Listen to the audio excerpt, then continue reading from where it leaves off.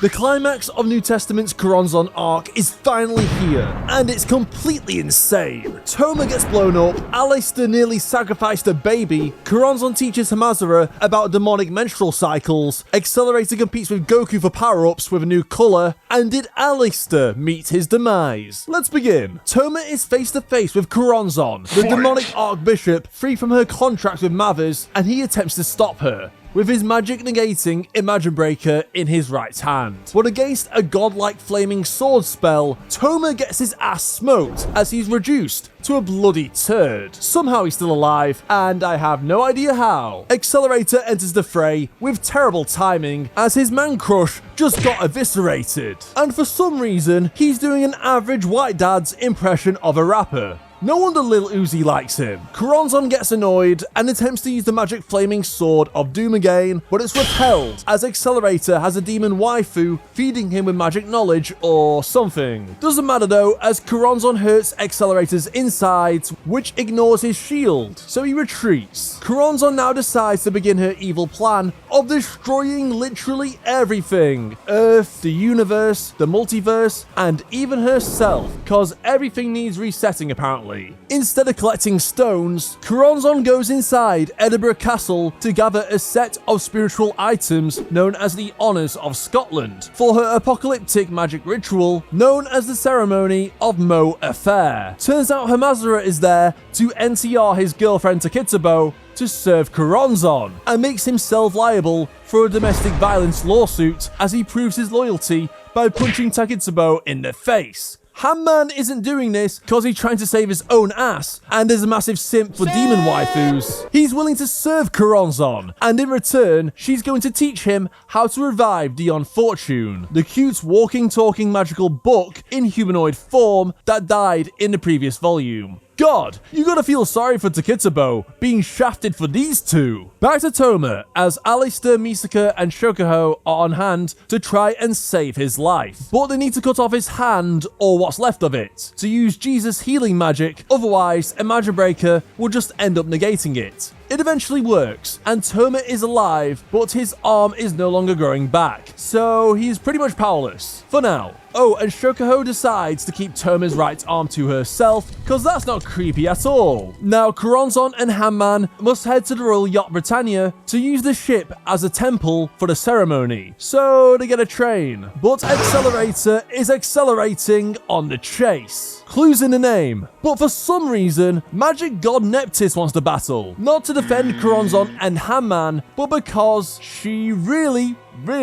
likes fighting. Top Nep's magic is too much for Accelerator and Clipper Puzzle 545 to bear as they retreat. Another magic god who loves fighting for no reason, Nyang Nyang, also challenges Kuronzon. Meanwhile, back to Touma's group as Alistair is trying not to die from the stab wound in the previous volume. As Alistair's not healing herself cause using magic injures her every time, just in case you were wondering. Crazy stuff is going on with Touma as some weird red fish eggs start emerging from where his right hand was. Turns out the seal keeping Touma's dragon, fish eggs, and invisible thing zoo in place has almost reached its breaking point, and if it gets released, it's gonna get even more insane. Alistair tells Shokuho to use her mind-controlling mental out to trick Touma into thinking his right arm is still there, preventing the eggs from reaching their climax. Poor Takitsubo bumps into a mysterious woman known as Madame Horus, who's pretending to be the legendary magician Anna Sprengel, the woman who allegedly helped influence the formation of the Golden Dawn, the magic cabal Alistair once belonged to. Fake Anna is going to help Taki escape from Anglican custody and won't be relevant again until the very end. Kuronzon also sends her evil strands of hair angels after Heaven Chancellor Mina Mavis and Lilith Crowley in Egypt, as Kuronzon hates Alistair that much she's willing to murder his baby daughter. Yikes. Kuronzon and Hamman hijack the ship to get things ready, with Clip and Accelerator still on their tail. And these two end up talking about the magic cake of light, which ain't a birthday cake, I can assure you. They enter the temple of the ship, which has a strong ass barrier protecting it, as you would need enough power to destroy the world to get past it. Turns out it's not a problem though later on for plot reasons. While Kuronzon is preparing to destroy the universe, Hamman doesn't care as long as Dion comes comes back.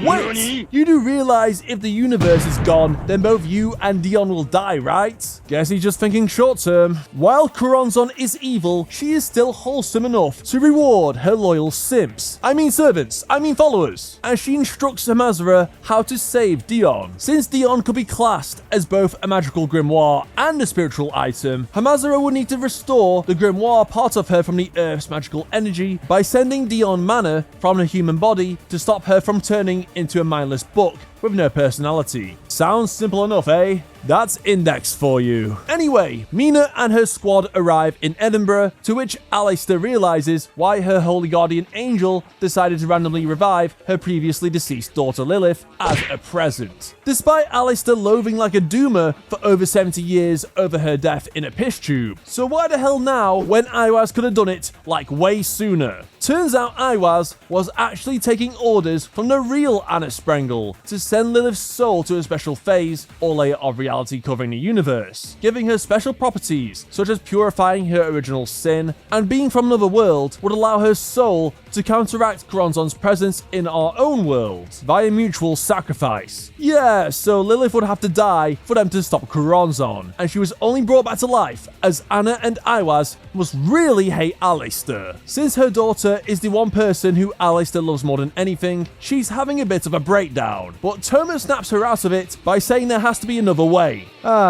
Optimism. And the entire anti-Kuronzon squad decide to support Aleister in a final effort to save the world without any baby murder involved. Shokuho stupidly wanders off on her own and gets attacked by a hair angel, but her one-armed prince Touma attempts to save her despite having no powers. Shokuho flings his severed right arm and it attaches instantly like a magnet, allowing Touma to destroy the evil hair.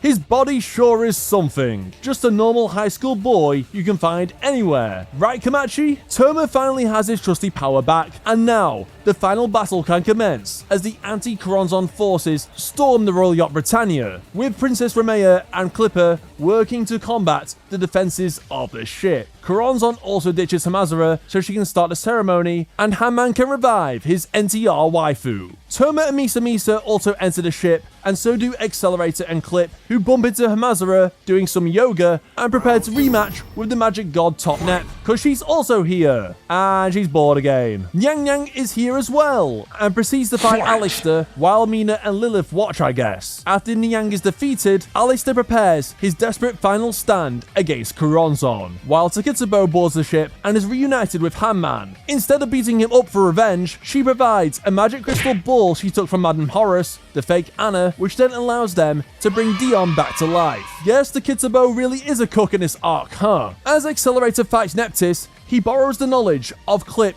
and the will of the Musica Network to access a strange invisible power which tears Nep apart, leaving her unable to regenerate. But more on that very soon. Aleister then attempts to fight Kuronzon, but he's injured and completely outmatched. He tries to banish Kuronzon to the Shadow Realm, the Abyss where she came from, but she resists it and stabs him with her hair. Ouch. Just as she was about to destroy Lilith and Mina, something bad happened to Kuronzon. Accelerator had used the knowledge of both the will and Clip to apply an artificial third tree or magical concept to the world known as the Klonoff, which is the true nature of the Musica Network of clones. Since Kuronzon cannot be harmed by those on the trees of Sephiroth and Clipoff, powers from the Klonoff would be able to harm her, as Accelerator manifests Platinum Wings and channels power by shaking the galaxy into a physical strike, forcing Kuronzon's soul out of her body. The demon then panics and in desperation attempts to activate her spell incomplete, with it still strong enough to blow away half the universe. But Dion says lol no and uses the energy of her other dead Golden Dawn friends to stop the magic power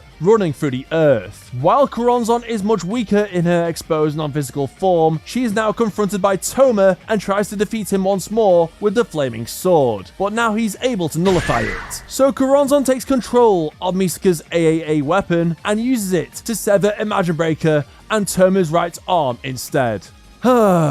Index villains, how many times do we need to teach you the same lesson? One does not simply cut off Touma's right arm. This time the fish eggs are out and explode, destroying Kuronzon's soul form and splitting the ship in two. Meanwhile, Alistair gets a visit from Madame Horace, whose body is quickly taken over by the real Anna Sprengel, who then says goodbye to her, and Anna steals Iwaz away, leaving Alistair to die, and then the two vanish into thin air. Accelerator also thinks about killing Alistair due to all the messed up things she did to him, but Alistair decides to pass the mantle, or smartphone, to her traumatized adoptive son, making Accelerator the new board chairman of Academy City. Alistair dies, but not quite, as his soul, which should be male, transfers to the empty body of Kuronzon, due to a contract they signed 100 years ago when Alistair tried to summon the demon in the past. The conditions are met, and it now basically works in reverse. So Alistair is a demon now, and goes away to plan his next move to defeat Anna. Touma is still missing in action, as his right arm is busting the biggest nut ever seen, and of course, Anna takes interest in the spiky-haired boy, as New Testament 22 ends. Subscribe if you would like to see more in-depth light novel summaries, and check out the ones on screen right now for more videos just like this. Thanks for watching, and I'll see you all next time. Bye bye!